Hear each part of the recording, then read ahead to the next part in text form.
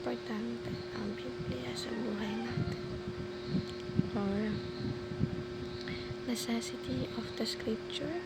At ang scripture po na ibinahagi ng Pastor Russell today ay matatagpuan sa Deuteronomy 8 verse 3.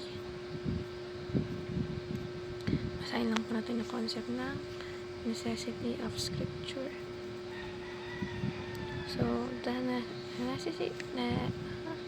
necessity of scripture teaches that while creation and conscience can reveal that God exists, only the Bible reveals how to know Him personally through the gospel. The scriptures are essential for salvation, for growing in spiritual life, and for understanding God's will.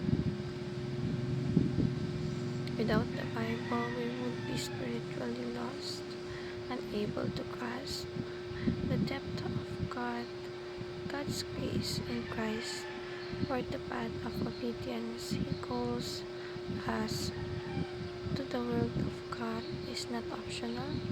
It is a vital for spiritual survival.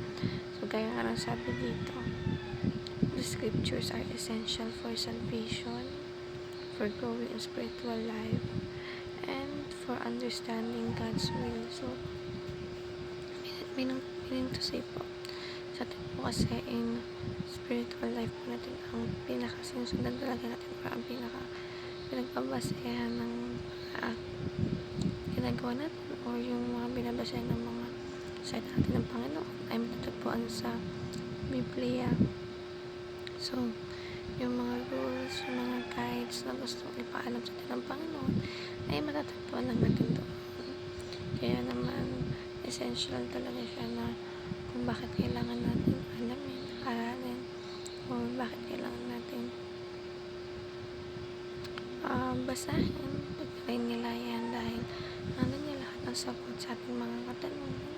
And of course, nandun din yung mga bagay na gustong ipaalam sa atin ng Panginoon, kasi sometimes pag punong-puno tayo ng emosyon, hindi naman tayo kaya kausapin ng Lord ng agaran, or sa gusto nating way na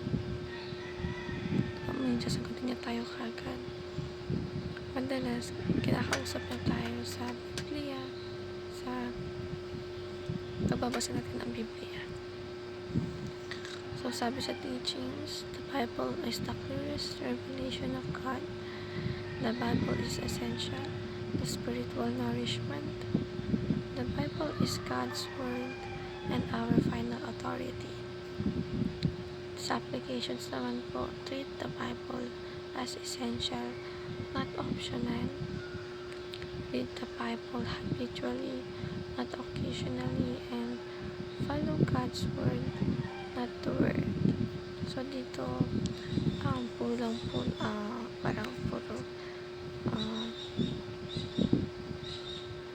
sasabihin lang tayo na palagi na yung mga dapat natin gawin bilang Kristiyano, na palagi natin basahin ng Biblia. Hindi para lang sa kagustuhan, pero dapat palagi, dahil dito natin matatagpuan ang salita ng Panginoon Diyos, at makausap din natin siya. That's all, everyone, and thank you so much.